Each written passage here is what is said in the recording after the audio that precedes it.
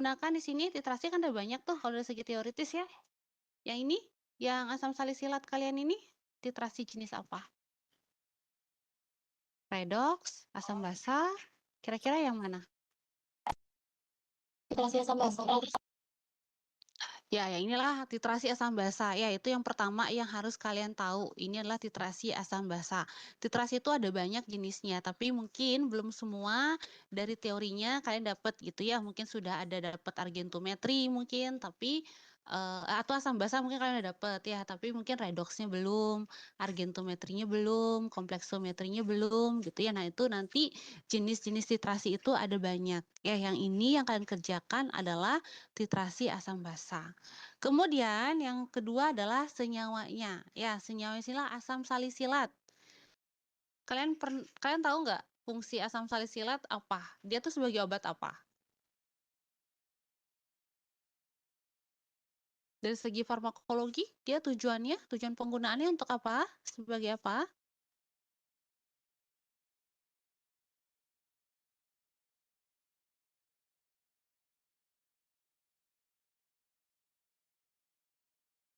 Izin menjawab, Ibu. Oke, untuk apa, Leon? Jadi, biasanya itu untuk obat gatal, Ibu. Apa, bedak gatal itu, Bu, Ya, untuk biasanya yang gatal-gatal. biasanya tuh ditemukan pada sediaan misalnya kayak bedak kalau nggak salah tuh ya bedak Purol misalnya. Ya, tapi kalau dokternya itu spesialis kulit gitu ya, kulit kelamin biasanya digunakan juga sebagai agen keratolitik. Ya, jadi untuk apa? Mengelupas kulit. Mungkin untuk menyamarkan noda, bekas luka gitu ya. Atau mungkin kalian sering lihat ya ada orang yang mungkin kalau kena sinar matahari gitu kulitnya agak merah-merah gitu ya di bagian wajah. Nah, itu biasanya juga digunakan untuk menghilangkan flek gitu ya. Intinya dia untuk mengelupas, lapisan kulit gitu ya, walaupun sebenarnya dia tidak boleh digunakan secara berlebihan. Ya, pastinya harus dengan resep dokter atau memang merupakan obat yang harus di-dispensing dulu gitu ya, di-compounding, apa namanya, dicampurkan gitu ya, biasanya resep dokter kulit itu, banyakan mengisi asam salisilat, gitu ya. Jadi pada gatal-gatal kalau yang sediaan sering kalian lihat di apotek itu yang sediaan jadinya biasanya pada salep. Ada ya salep mengandung asam salisilat, kemudian ada juga, bedak yang mengandung asam salisilat. Kalau yang di salep itu biasanya sama sebagai agen keratolitik. Mungkin ada gitu ya, ada beberapa penyakit kulit yang dia harus dikelupas kulitnya untuk apa? Untuk menghilangkan kumannya misalnya ya, entah dia jamur, bakteri, eee atau misalnya tadi untuk, penyamar bekas luka misalnya. Ya jadi itu, jadi kalian kenali dulu senyawa kalian gitu ya. Kalau dari segi farmakologi yang tadi silahkan kalian cari lagi ya, siapa tahu info yang tadi tuh agak kurang atau kurang tepat silahkan kalian cari lagi. Ya, jangan sampai nih kalian praktikum penetapan kadar asam salisilat buat apa gitu, bahkan nggak tahu asam salisilat itu apa. Ya jangan sampai deh gitu ya.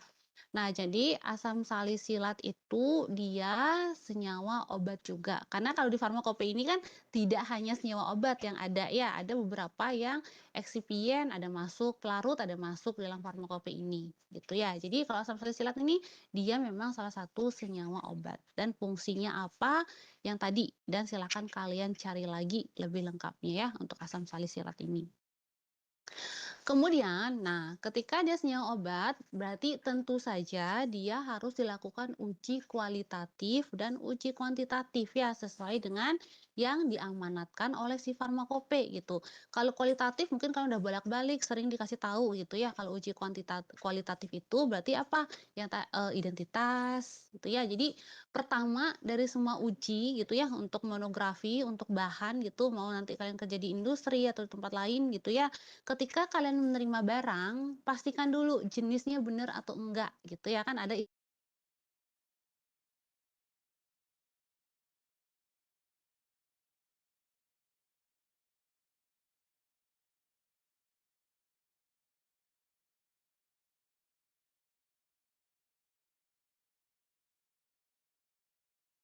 langsung pada, tubuh gitu ya. Jadi, taruhannya tuh nyawa gitu kalau terjadi kesalahan ya. Jadi nggak hanya toksisitas biasa, bisa toksisitas yang sampai menyebabkan kematian. Jadi yang pertama apa? Yang pertama wajib kalian cari tahu adalah kebenaran identitasnya. Ketika labelnya asam salisilat gitu ya, kalau kalian di industri, kalian menerima barang gitu ya, misalnya kalian di bagian, apa, kalian sebagai penanggung jawab gudang, atau kalian sebagai penanggung jawab QC gitu ya, atau kalian sebagai penanggung jawab produksi nanti. Nah, kalian pastikan dulu ketika kalian produksi asam salisilat gitu ya, salep yang mengandung asam salisilat, kalian pastikan dulu bener nggak nih yang kalian ambil ini memang asam salisilat untuk zat aktifnya, gitu ya. Berarti kalian bergantung sama siapa? Yang si produksi ya dia bergantung sama yang ada di gudang gitu ya, bener nggak tuh waktu nerima tuh, yang di gudang terimanya asam salisilat atau tidak? Gitu. Nah, gimana caranya mastiin? Bagian QC nanti yang akan mengecek gitu ya atas permintaan orang gudang gitu.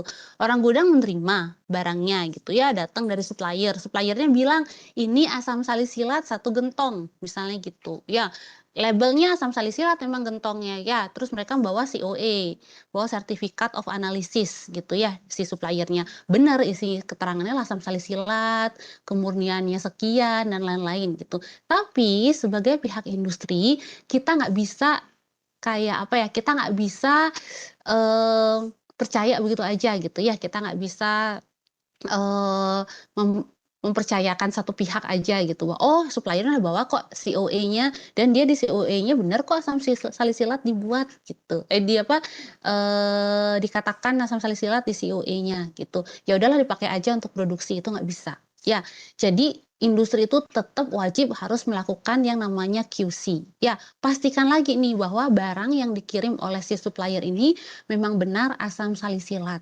Ya, selain itu benar apa lagi? Benar kadarnya. Ya, nah itu kalau di monografi kalian lihat ya, asam salisilat mengandung tidak kurang dari 98%.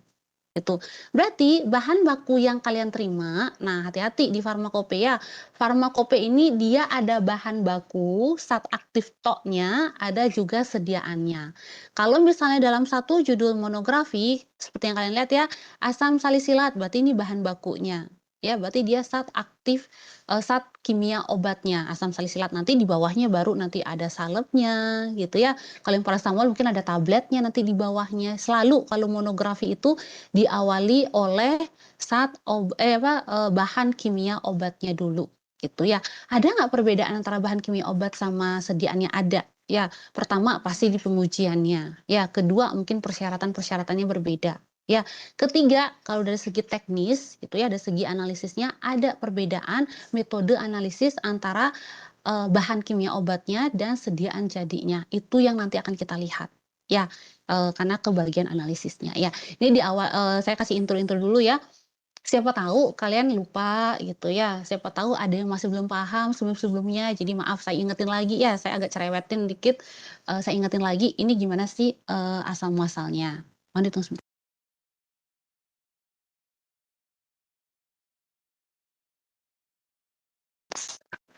Oke ya, jadi begitu adik-adik, pertama identitas tadi ya, benar bahwa dia asam salisilat. Kemudian apalagi yang diperiksa oleh QC? Pastinya benar tidak bahwa kadar ini memenuhi persyaratan farmakope gitu ya. Jadi barang yang dibawa oleh supplier kalian, oh identitasnya benar asam salisilat dari uji kualitatif, oke. Kemudian benar tidak kalau dia mengandung 98% gitu ya, rentang 98 sampai 102%, benar atau tidak gitu. Walaupun di COE-nya dia bilang 99% gitu di COE suppliernya, tetap balik lagi nggak bisa percaya 100% kepada supplier gitu ya. Bukan berarti suppliernya berbohong, bukan ya, bukan berarti suppliernya menipu tuh tidak ya. Karena begini, supplier itu ketika dia membuat, mungkin dia yang membuat gitu ya, atau dia justru, hanya distributor aja, ya jadi supplier itu bisa macam-macam lah gitu ya. Ada industri yang memang membuat bahan bakunya langsung, gitu ya.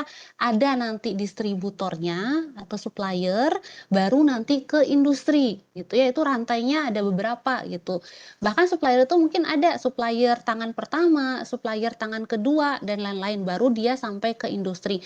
Bayangin ya, itu dari beberapa rantai ya, itu kan ada yang namanya distribusi, penyimpanan, pengangkutan gitu ya. Bisa saja si pabrik bahan baku dia sudah memenuhi spesifikasi memang ya, jenisnya benar, asam salisilat, kandungannya benar, kadarnya benar 100% misalnya. Tapi kita nggak tahu apa yang terjadi selama rantai ini ya, rantai distribusi, kemudian penyimpanan dari satu tangan ke tangan yang lain. Apakah spesifikasi, akhir yang diterima oleh industri itu masih memenuhi spesifikasi awal ketika selesai sintesis oleh industri bahan bakunya, gitu. Bisa saja dia sudah mengalami penurunan kadar, gitu ya, atau misalnya terjadi degradasi sehingga nanti menimbulkan impurities, gitu ya, ketika dilakukan, uji kualitatif, begitu ya.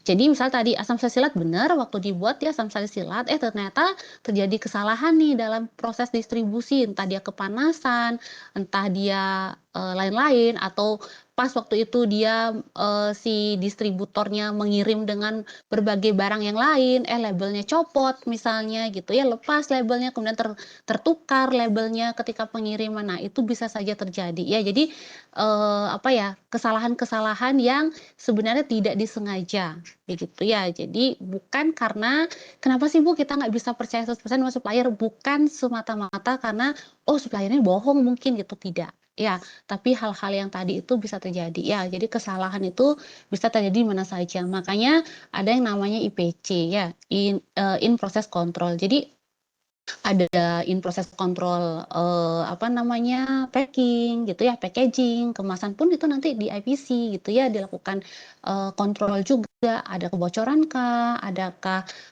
apa namanya, ada yang barang yang masuk angin kah, dan lain-lain gitu ya. Masih benar nggak itu, dari batch ke batch itu jenisnya benar nih, asam salisilat, gitu ya. Jadi kurang lebih begitulah kenapa si Farmakope ini dia meminta gitu ya, ini banyak nih parameter yang harus dicek sebenarnya oleh industri sesuai dengan farmakope. Kenapa? Untuk menjamin kualitas, keamanan, dan efektivitas gitu ya. Jadi dari bahan baku sampai dengan sediaan jadi sampai dikonsumsi oleh pasien, jadi keamanan, efektivitas, dan aktivitasnya itu masih terjaga gitu ya. Kurang lebih seperti itu ya.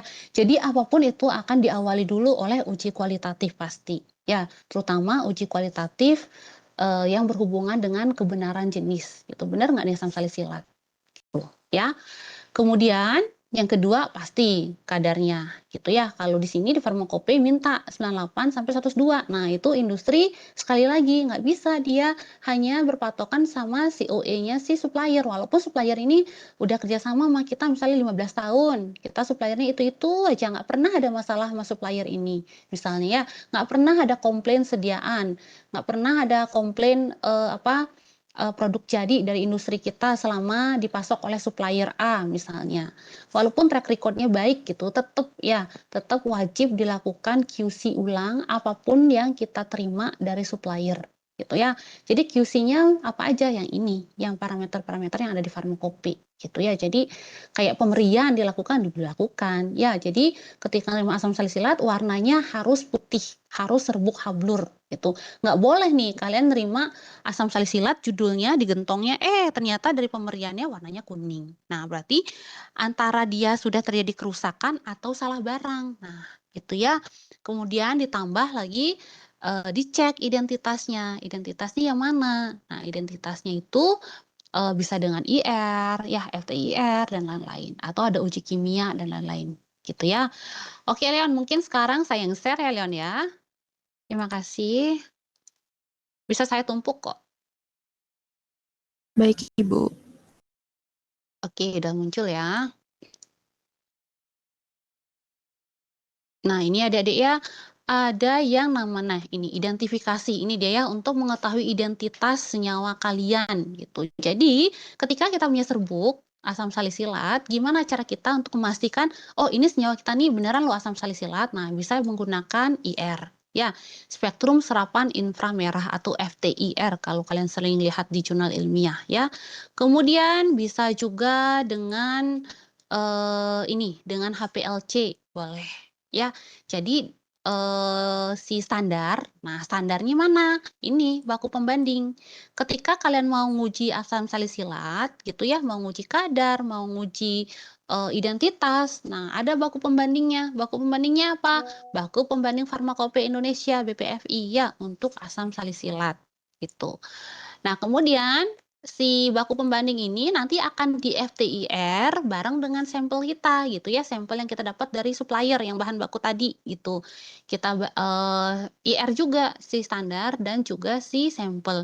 Atau kalau industrinya memang rutin dia buat sediaan ini, dia pasti sudah punya ya. Kalau untuk IR itu biasanya mereka udah punya library-nya gitu, udah pernah nyimpen lah itu spektrum, BPFI asam silasilat tuh kayak gimana. Nanti silahkan dibandingkan dengan si sampel, dari supplier gitu. Kalau misalnya sama dia, spektrumnya berarti ya memang yang kita terima itu memang asam salisilat, bener gitu ya. Atau bisa juga dari, waktu retensi berdasarkan HPLC gitu ya. Diuji HPLC si standar BPFI tadi dan juga si, sampel kita yang dari supplier. Dibuat larutannya di HPLC bareng sama larutan baku. Kemudian dicek kalau waktu retensinya sama antara si baku, si BPFI, dan juga si sampel kita, berarti benar sampel kita itu adalah asam salisilat, kayak gitu ya. Kemudian dicek juga susu pengeringan, susu pemijaran, kemudian kadar fluorida, gitu ya, dan lain-lain, ya. Ada juga yang cemaran. Nah, cemaran, nah ini mungkin kemarin itu kalian pernah dengar ya kasus EG, itu yang si etilen glikol, kemudian DEG, itu ya. Itu kan sebenarnya cemaran ya dari si propilen glikol. Sebenarnya kalau propilen glikol dipakai untuk sediaan sirup boleh atau enggak boleh? Ya dia kan salah satu eksipien, untuk sediaan sirup. Biasanya digunakan untuk, adjustment viskositas gitu ya, atau mungkin untuk pelarut dan lain-lain gitu. Silahkan kalian cari deh kalau dari segi teknologi si PG ini propilen glikolnya buat apa gitu. Tapi ternyata yang bikin masalah apa? Ya berdasarkan berita yang ya berita mungkin kalian baca gitu ya atau ada di media sosial gitu, ternyata ada cemaran. Cemaran apa? Cemaran berupa DEG dan juga EG, etilen glikol gitu ya, yang ternyata, dia toksik terhadap ginjal katanya, ya. Nah, itu sebenarnya cemaran, si propilen glikol yang mengandung cemaran EG atau DEG. Boleh tidak ada cemaran itu? Sebenarnya boleh, tapi dengan kadar tertentu, gitu ya, berarti kadar yang tidak toksik. Nah, ketika kadarnya melebihi ambang toksik, maka terjadilah kasus kemarin, begitu. Ya, nah makanya ketika kita menerima bahan baku di industri, sebaiknya memang juga dilakukan uji cemaran organik. Intinya apapun yang ada di monografi ini dicek gitu ya ketika menerima bahan baku ya, terutama untuk saat, ini apa namanya, bahan kimia obat ya. Nah, kebetulan kalau propilen glikol kemarin kan bukan bahan kimia obat ya sebenarnya, dia itu adalah eksipien gitu ya. Nah itu dia, kalau eksipien mungkin belum semua ada di Farmakope Indonesia untuk prosedur pengujiannya atau parameter-parameter pengujiannya ya. Nanti silakan kalian cek-cek lagi deh, siapa tahu kalian, ini ya, apa namanya, kepo gitu, benar nggak sih ada eksipien di Farmakope ini? Coba aja dicek nanti. Oke, cemaran organik dan lain-lain. Nah, sekarang kita fokusnya ke penetapan kadar, karena tadi, dijawab gitu ya. Ini titrasi buat apa berarti dari segi ini, dari pengujian-pengujian si, monografi ini untuk asam salisilat, tadi si, yang kalian lakukan hari ini itu apa gitu ya, itu adalah benar uji kuantitatif untuk penetapan kadar. Tidak ada uji kualitatif. Ya, kalau titrasi itu dia tidak uji kualitatif, tapi dia uji kuantitatif. Kalau HPLC bisa, uji kualitatif bisa, uji kuantitatif bisa. Ya, kalau kromatografi KLT juga bisa, kuantitatif bisa, kualitatif bisa, GC juga bisa, kualitatif, kuantitatif. Tapi kalau titrasi, tidak ada orang melakukan titrasi untuk uji kualitatif. Ya, hanya untuk kuantitatif gitu. Nah, kuantitatifnya berarti apa? Untuk penetapan kadar, gitu ya. Coba kita lihat sekarang penetapan kadar di asam salisilat ini ya. Nah, asam salisilat ini dia penetapan kadarnya, kalau untuk bahan baku ya, untuk bahan baku obatnya, dia penetapan kadarnya nggak ada tuh menggunakan metode titrasi. tidak diamanatkan di farmakope. Kalau kalian punya asam salisilat bahan baku, gitu ya, bahan kimia obatnya, dilakukan penetapan kadarnya dengan HPLC. Coba kita lihat, ya, di sini.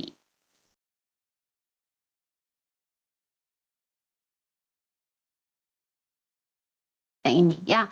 Jadi penetapan kadar bahan baku atau bahan kimia obat gitu ya, bukan dalam bentuk sediaannya, dia penetapan kadarnya lah lakukan penetapan dengan cara kromatografi cair kinerja tinggi, gitu ya. Seperti tertera pada bab 931 gitu, yang khusus untuk KCKT gitu ya.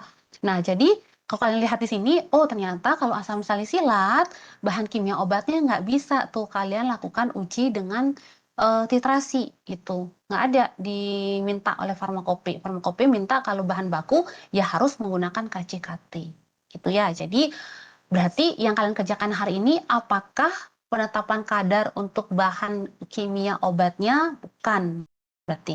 Tapi yang kalian lakukan adalah untuk penetapan kadar asam salisilat pada sediaan jadi. Ya, sekarang kita lihat penetapan sediaan jadinya ya. Ini dia. Salep asam salisilat. Ya, tadi berarti ini dalam bentuk salepnya. Ya, salep asam salisilat. Nah, salep asam salisilat ini dia penetapan kadarnya di sini ya. Penetapan kadarnya adalah timbang seksama sejumlah salep yang setara dengan lebih kurang 250 mg asam salisilat. Nah, di sini kalian baca ini semua prosedur titrasi ya. Nah, berarti kalau ketika kalian menerima sampel bahan kimia obat asam salisilat, maka penetapan kadar apa yang kalian gunakan sesuai dengan farmakope? Jawabnya KCKT ya, atau HPLC, kromatografi cair kinerja tinggi. Tapi kalau kalian menerima sediaan salep asam salisilat, maka penetapan kadar apa yang kalian gunakan? Yang kalian gunakan sesuai dengan farmakope ya, yang kalian gunakan adalah titrasi. Seperti ini caranya, ya. Nah, ini yang saya tanyakan tadi ya di prosedur di penuntunnya gimana, kemudian di farmakope gimana. Karena kebetulan Bu Widi kemarin menyampaikan bahwa nanti untuk penetapan kadarnya mengikuti yang di farmakope saja, bukan menggunakan yang penuntun. Tapi caranya kurang lebih sebenarnya sama. Gitu ya. Itu yang akan kita bahas sebentar ya sebelum kalian ke KKASDOS. Oke, untuk penetapan kadarnya, berarti timbang seksama.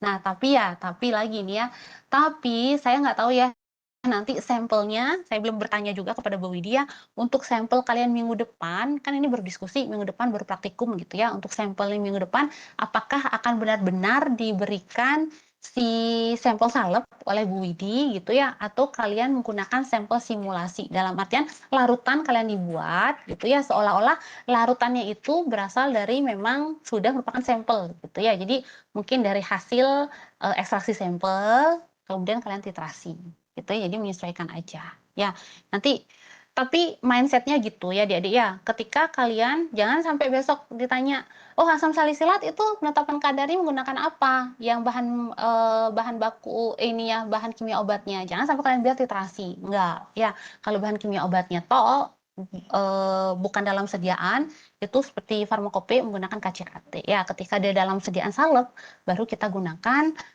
metode titrasi bisa. Gitu. Ya, apalagi kalau nanti kalian kerja di industri itu misalnya kalian nih mengembangkan produk baru, jadi kalian harus mengembangkan metode juga untuk QC-nya gitu ya. Itu hati-hati di farmakope lihat ya apakah dia bahan baku atau dia sediaan jadinya gitu. Misalnya kalau kalian nanya, Bu boleh nggak sih kalau misalnya nih penetapan kadar di farmakope itu menggunakan titrasi, tapi kita menggunakan KCKT boleh atau enggak, misalnya gitu. Ya, biasanya orang pasti lebih milih yang yang lebih murah gitu ya, yang lebih cepat. Biasanya kalau industri juga dia ada pertimbangan seperti itu. Tapi apakah boleh atau tidak? Biasanya kalau lebih sensitif pasti diberikan. Ya, tapi harus ada assessment dulu.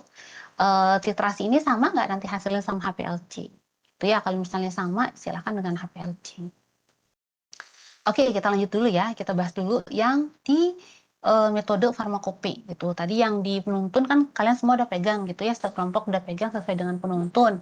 Tadi langkah-langkahnya sudah yang seperti dibacakan oleh Leonie ya. Tadi ada preparasi pelarut dulu gitu ya. Pelarutnya apa? Pelarutnya menggunakan etanol P gitu ya, yang telah dinetralkan dengan merah fenol.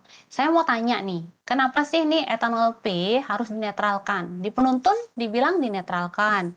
Terus di farmakope juga dia bilang dinetralkan dulu nih etanolnya. Kenapa? Ada yang bisa bantu jawab nggak kenapa?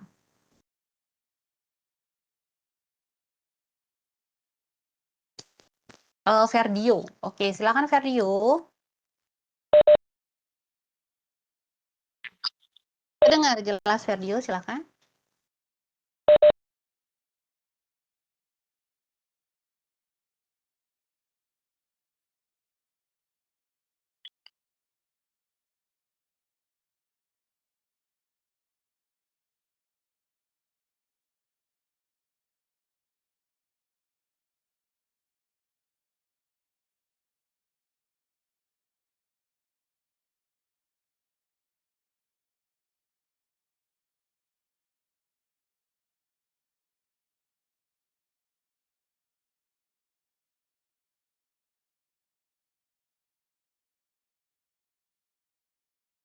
Oke, terima kasih.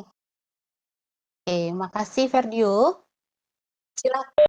Oke, yang lain mungkin ada mau menambahkan atau ada pendapat lain mungkin selain Ferdio? Oh, ada Gabrios. Silakan Gabrios. Mohon maaf Gabrios, saya panggilnya siapa? Panggilannya Gabrios? Oh, panggilannya Gabrias ya, Bu? Oh, Gabrios memang. Oke, silakan Gabrios. Ya, baik, terima kasih atas kesempatannya. Perkenalkan, nama saya Gabrius dengan NIM 32. Jadi yang seperti dibilang oleh Verdio bahwa asam salisa itu tidak larut dalam air, tapi dia larut dalam etanol. Nah, etanol itu sendiri kan memiliki pH merupakan asam lemah. Jadi kalau misalnya asam salisilat dilarutkan dalam etanol yang tidak dinetralkan, otomatis pH-nya pasti bukan pH yang terdeteksi itu bukan hanya pH si asam salisilat juga, bukan cuman pH si asam salisilat, tapi juga terdeteksi pH si etanol yang belum dinetralkan tadi, makanya itu dinetralkan menggunakan NaOH sebelum dilarutkan asam salisilat itu. Oke, terima kasih Gabrios. Oke, satu lagi mungkin silakan. Ada yang mau berpendapat tambahan? Silakan. Bisa raise hand ya. Arista, silakan Arista. Baik, terima kasih Bu atas kesempatannya. Jadi yang sempat saya cari itu kalau tujuan dari etanol netral itu dia tuh untuk menetralkan ion H+ pada etanol encer.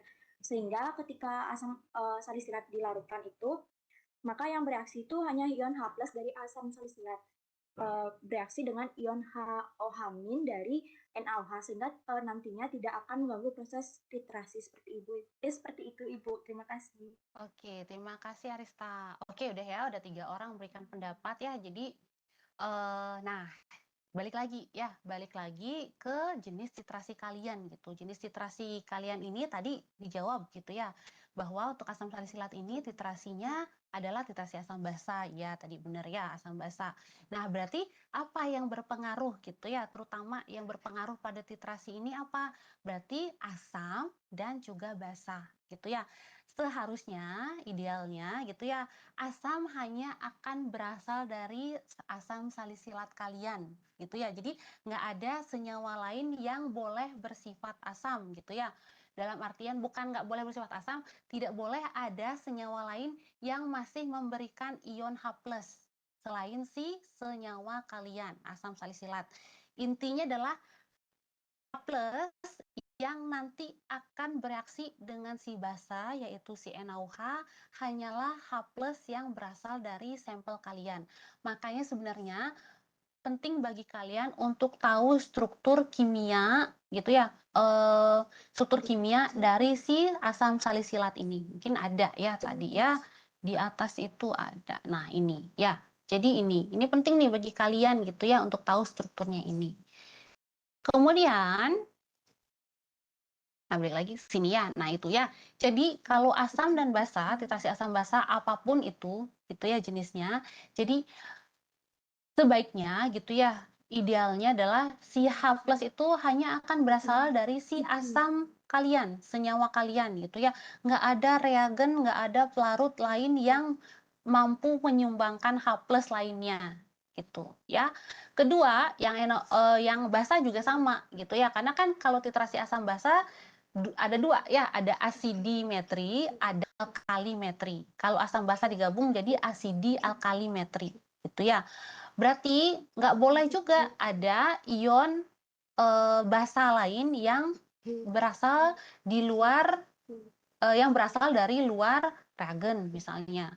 Misalnya dalam kasus ini ya, titrannya apa? NaOH titran kalian. Ya, nanti yang di buret kalian tuh NaOH, berarti reagennya NaOH gitu ya. Sampel kalian lah asam salisilat. Berarti si H+, si asam hanya boleh berasal dari asam salisilat ya. Kemudian si basa hanya boleh berasal dari NaOH.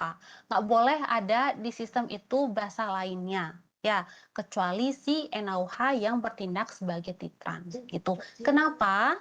Kenapanya adalah kalau misalnya ada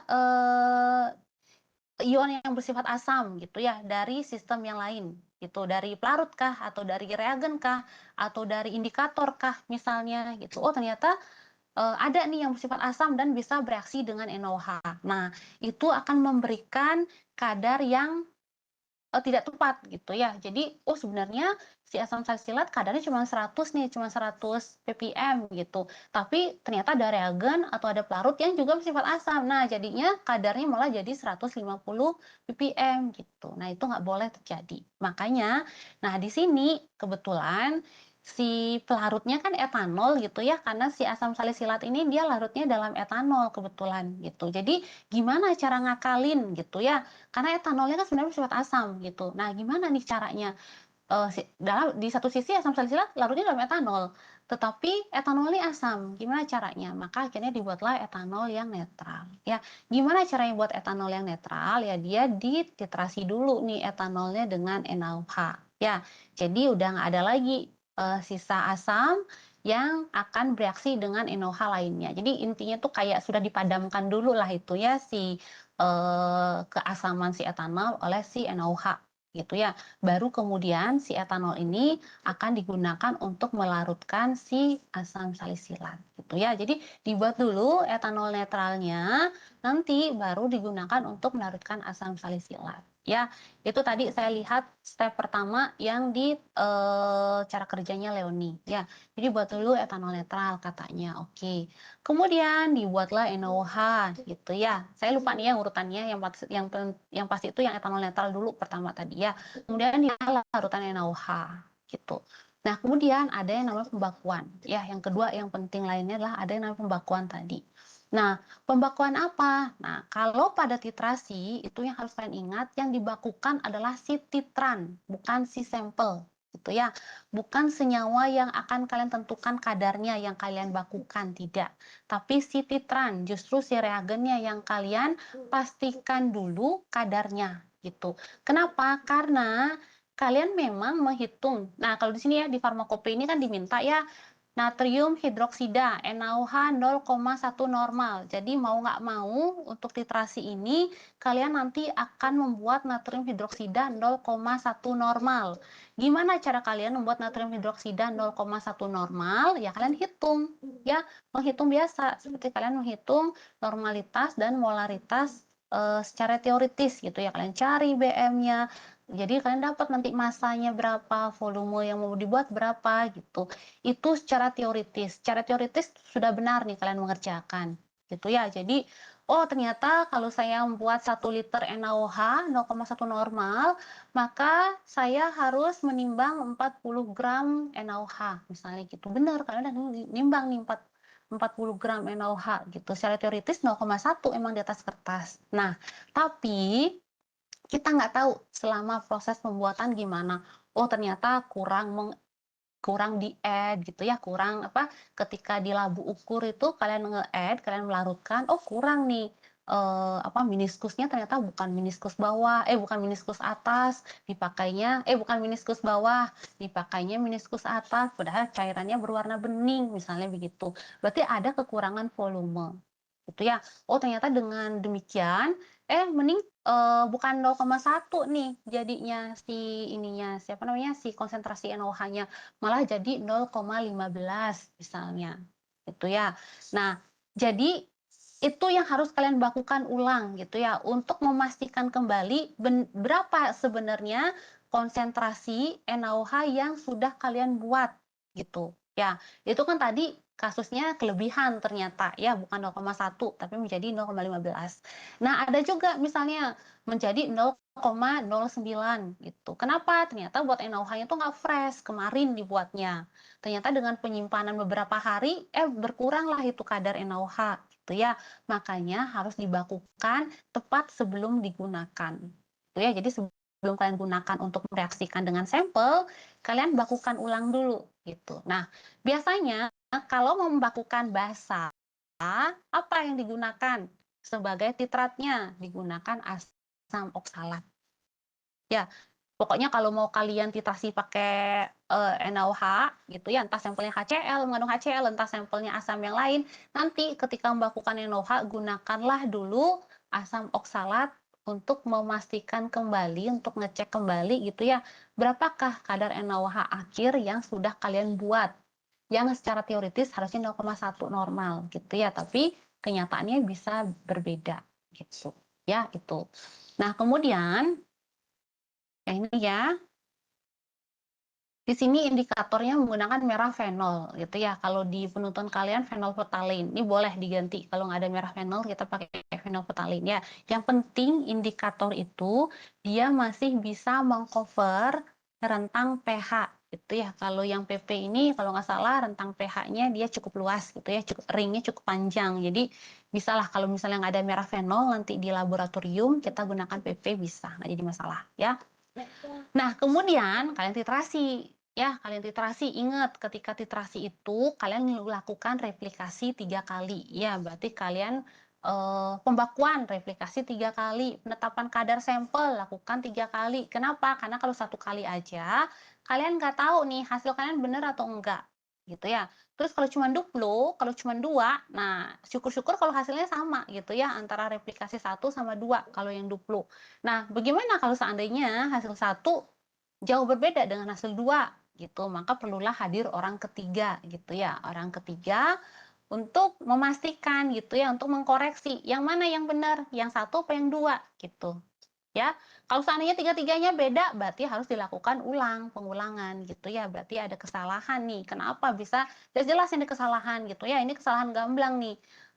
Antara hasil 1, 2, dan 3 beda. Padahal sama cara ngerjainnya. Apa yang terjadi? Apakah nggak homogen dan lain-lain gitu ya. Jadi misalnya orang ketiga sama nih seperti kalian mau musyawarah gitu ya, mau ngambil keputusan, pasti jarang kalau jumlahnya genap. Kalau bisa tuh jumlahnya 3. Ganjil gitu ya. Jadi suara terbanyak yang mana gitu, kurang lebih kayak gitulah. Nah, kemudian kalian lakukan titrasi ya. Nah, kalau pakai farmakope gitu ya, kalau pakai farmakope ini semua harus manut sama farmakope gitu ya. Larutkan sekian gitu ya, baru nanti kalian bisa menggunakan kesetaraan ini ya. Gampang kalau yang farmakope ini, kalian nggak usah ngitung lagi MBS gitu ya. Biasanya kalau yang titrasi yang kita nggak ngikutin farmakope gitu ya, kita bisa ngitung kadarnya dengan cara MBS ya. Tapi kalau misalnya ngikutin farmakope ini enaknya gitu ya, cara ninjanya itu ya udah tinggal ini aja, udah ngikut nih semua nih prosedurnya seperti ini ya. Kemudian konsentrasi larutannya juga sama nih, plek sama farmakope. Jadi nanti gampang.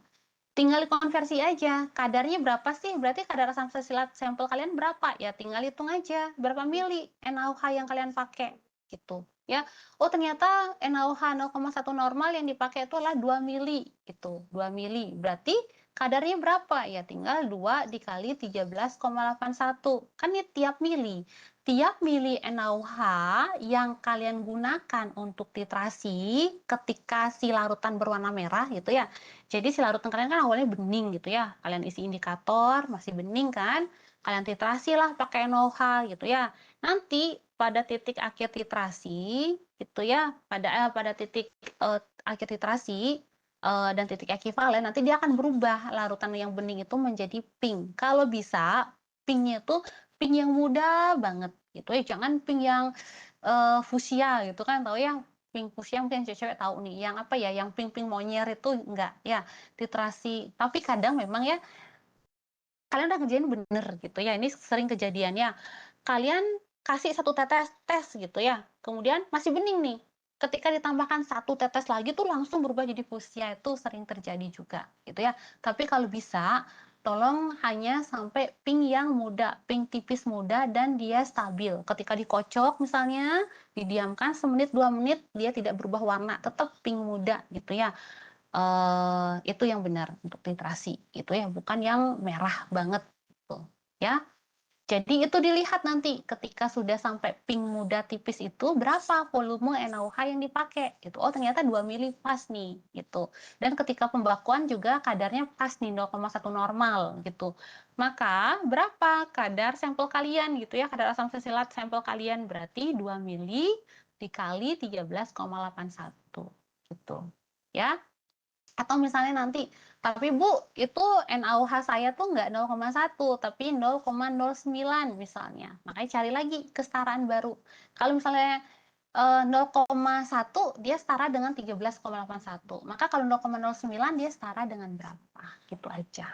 Ya, nanti sambil jalan deh kita kalian ngerjakan. Nah, kurang lebih seperti itu ya tahap-tahapannya pembuatan pelarut. Kalian harus tahu juga pelarutnya kenapa harus dinetralkan. Kenapa nanti ketika saya titrasi redox nggak pakai dinetralin gitu ya. Kan nggak semua titrasi kalian pelarutnya harus dinetralkan. Ya, hanya yang di asam basa. Nanti kalau yang di redox, loh kok dulu titrasi asam basa pelarutnya dinetralkan ya. Kenapa yang redox nggak dinetralkan ya? Misalnya kalian mau titrasi vitamin C kan pakai titrasi redox gitu ya. Kenapa nggak dinetralkan? Nah, itu ada perbedaannya. Ya. Jadi itu kalau dari saya. Oke, ada pertanyaan dulu adik-adik mungkin sejauh ini silakan kalau ada pertanyaan. Itu baru prinsipnya aja ya. Silakan. Itu. Ada Dian, silakan Dian.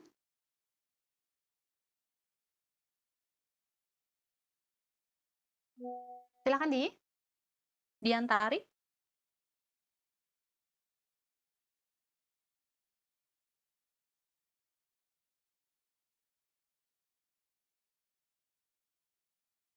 Botol ini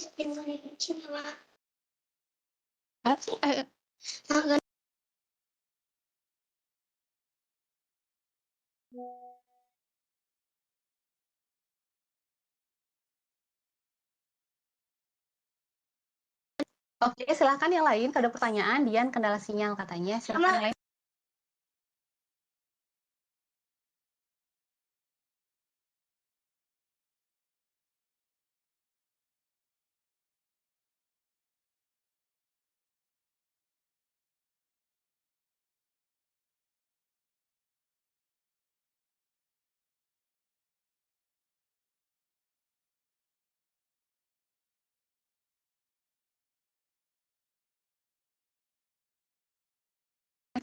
Oke, silakan, Dian.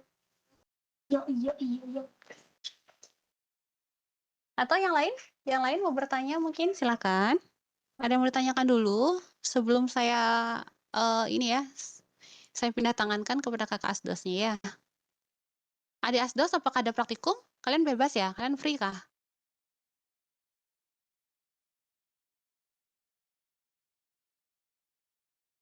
Hari ini free, Bu. Free, Bu. Oh, iya. Oke, tadi asdosnya ada siapa ya? Ada Dinda ya? Ada Wikan, Tidak, ada Wikan ya? Ada ya, Suari Wikan. sama Bertiga ya? Subawa sama Agung Chandra, Bu. Oke, berarti coba deh sama hostnya saya pindahin ya. Ya, oke deh Dek, silakan sambil ini ya, saya sambil otak-atik dulu. Silakan kalau ada pertanyaan, langsung di on mic ya. Mohon izin Bu, saya mau bertanya.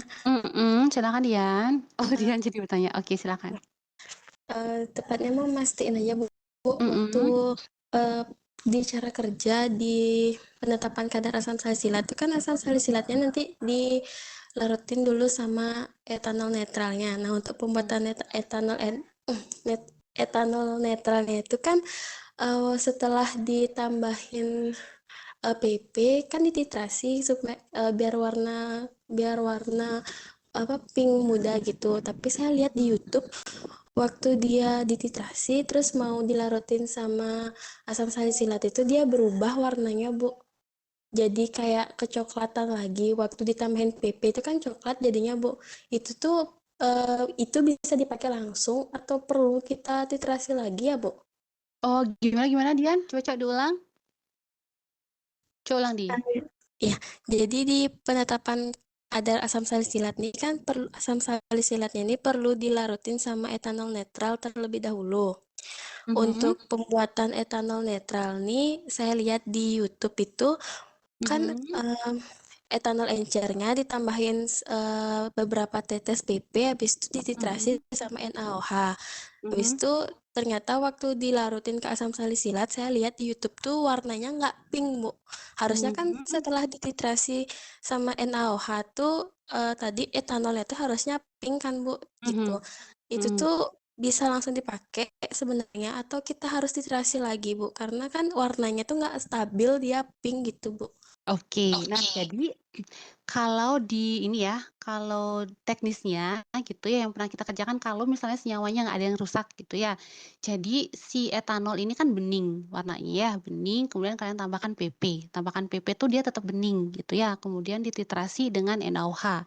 Nah, ini penting nih ketika kalian menetralkan si ininya, apa namanya, ketika kalian menetralkan si NaOH-nya, menetralkan si NaOH-nya, ketika kalian menetralkan si etanol dengan NaOH itu jangan sampai berwarna merah banget gitu ya. Jadi kalau bisa yang pinknya benar-benar pink tipis banget gitu ya. Nah nanti ini kan sebenarnya masih pink gimana ya? Pink yang tipis pokoknya sampai kalian nggak bisa membedakan dengan warna bening gitu. Pokoknya tipis banget nanti kita lihat deh waktu kalian praktek gitu ya. Nah itu yang kalian gunakan untuk melarutkan si asam salisilat kalian. Itu. Nah, nanti tambah lagi asam salisilatnya tambah lagi sampai P kan gitu ya untuk titrasi berikutnya. Titrasi berikutnya baru dia titrasi penetapan kadar dari si asam salisilat gitu. Gitu, Dian gimana? Nyambung nggak Dian? Nyambung nggak jawaban saya maksudnya gitu? Sesuai nggak sama ekspektasinya? Ya, Bu, soalnya saya lihat di YouTube tuh dia nggak pink makanya saya nanya. Enggak sih yang pernah kita lakukan seingat saya itu begitu ya.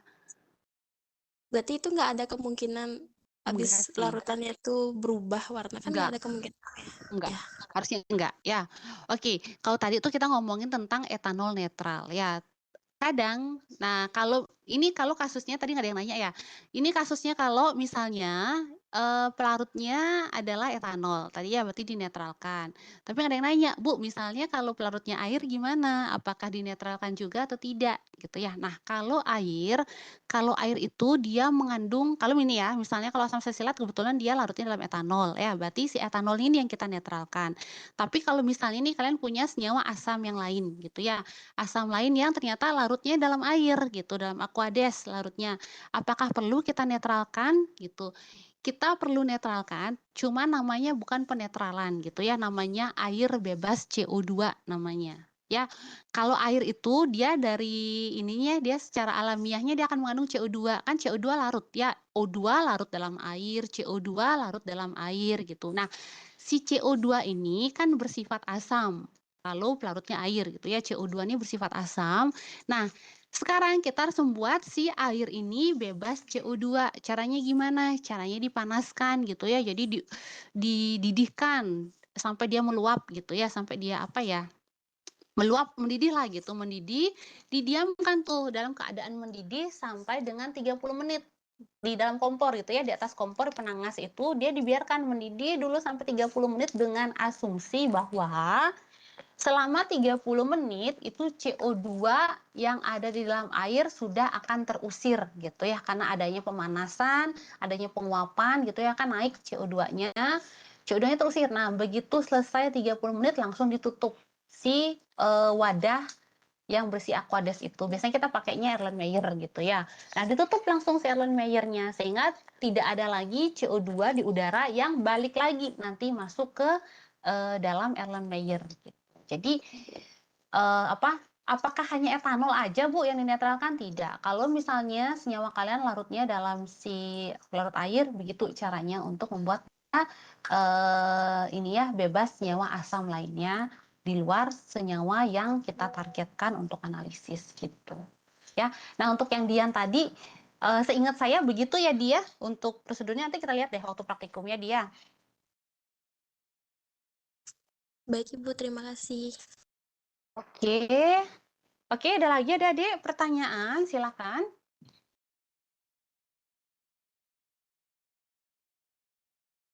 Dari saya sudah jelas Ibu. Sudah ya. Oke, jadi adik-adik Asdos minta tolong ya habis ini tolong dibantu menghandle ya untuk adik-adiknya. Saya jadikan saya cari Tri deh. Mana Tri ini? Kok si Tri hilang ya? Tri Subawa hilang dia. Wikan? Ya Ibu, karena selanjutnya ini diskusinya via chat Oke. grup, Bu. Berarti bukan pakai breakout ya? Kalian mau pakai apa? Biasanya Pakai pakai apa? line, Bu. Oh, pakai Line atau Iya. kalian pakai Google Classroom boleh atau mau pakai Webex ini? Mau pakai Webex nggak? Kalau pakai Webex saya tetap nyalakan Webex-nya. Nanti silakan buat breakout session. Gimana? Nggak pakai Webex, Bu. Enggak, pakai Line. Iya, Bu. Oke, berarti adik-adik silakan lanjut ya di Line dengan kakak-kakaknya. Nanti minta tolong ya Wikan dibagi ya. Mungkin kan tadi ada 10 kelompok, berarti kalau kalian mengampu bertiga atau berempat disesuaikan aja ya. Nanti masing-masing asdos minta tolong ditanggung jawabkan adik-adiknya gitu ya, dalam artian kalau ada diskusi siapa yang aktif tanya jawab silakan diberikan nilai yang sesuai gitu ya Wikan ya.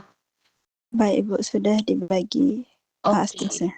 Oke, makasih ya untuk adik-adik praktikan. Sekian dulu ya dari saya untuk jurnalnya. Silakan dikirim ke kakak asdosnya dan juga bisa ke saya untuk jurnal awal ya. Baik, adik-adik, ada pertanyaan lagi? Sekali lagi saya tanya, ada pertanyaan lagi? Sebelum saya akhiri yang sesi Webex? Sudah? Oke. Kalau sudah, terima kasih atas kehadirannya. Adik-adik asdos mohon di-handle ya sampai pukul 3 nanti. Terima kasih. Silakan, adik-adik bisa leave meeting dulu ya. Ya.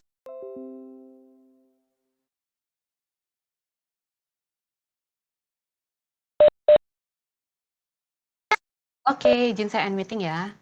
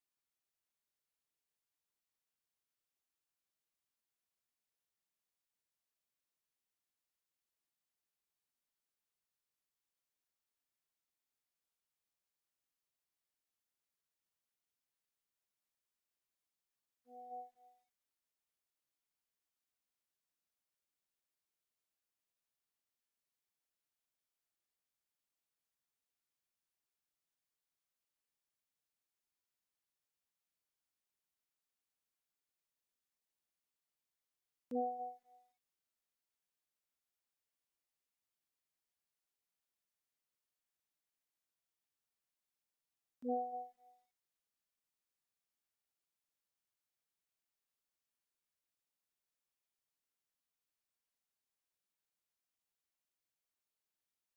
you.